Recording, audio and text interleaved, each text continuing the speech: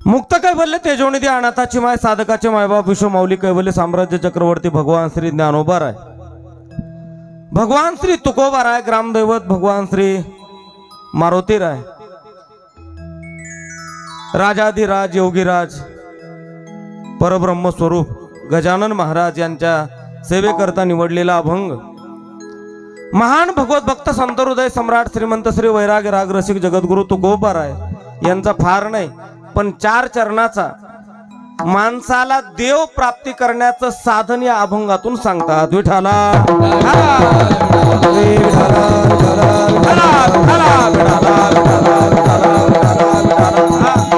या अभंगावर आपल्याला सविस्तर चर्चा करायची, या अभंगावर आपल्याला सविस्तर चिंतन करायचे. तत्पूर्वी थोडासा परिहार देणं वक्त्याचं आद्य कर्तव्य या नियमाला अनुसरून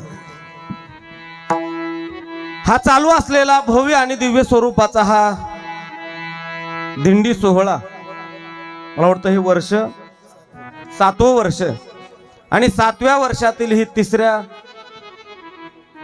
दिवसाची ही तिसऱ्या वाटचालीची ही कीर्तन सेवा तुम्हा सर्व दिंडी समाज संघटनेच्या माध्यमातून खऱ्या अर्थानं माझ्या वाट्याला आलेली आहे. विठाला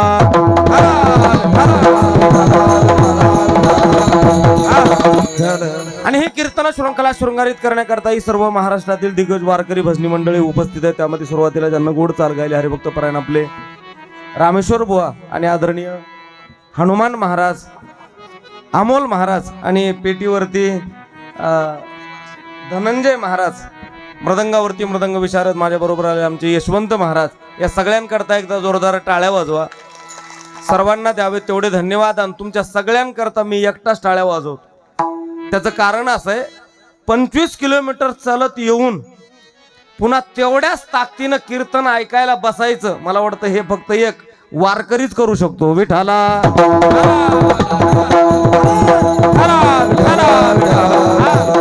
मला वाटतं या भारत गावाची शिस्त पाहता, किती जरी शिस्तबद्ध माणूस तुमच्या गावामध्ये या दिंडीला पाहण्याकरता जर आणला ना, तर मला वाटतं तो शिस्तबद्ध माणूस सुद्धा स्वतःला लाजवेल, मी सुद्धा कुठंतरी कमी पडतोय शिस्तीमध्ये. खऱ्या अर्थानं काय ती चालण्याची शिस्त, झेंडेकरी, तुळशीवाल्या, हंडीवाल्या, जो तो ज्याच्या त्याच्या जाग्यावर व्यवस्थित पद्धतीनं चालतो आणि व्यवस्थित पद्धतीनं चालणाराच वारकरी असतो, हे लक्षात असू द्या. हा, नाही तर मग इकडे तिकडे पळणारे ज्ञानोबा राय म्हणतात पापाचे कळप पळती पुढे. लक्षात आलं तर बघा. हा, असे टोळी टोळीनं चालणारे जे असतात ना, त्याला वारकरी नाही म्हणतायत, त्याला ज्ञानोबा राय म्हणतात पापाचे कळप कुठं पळतेत म्हणले.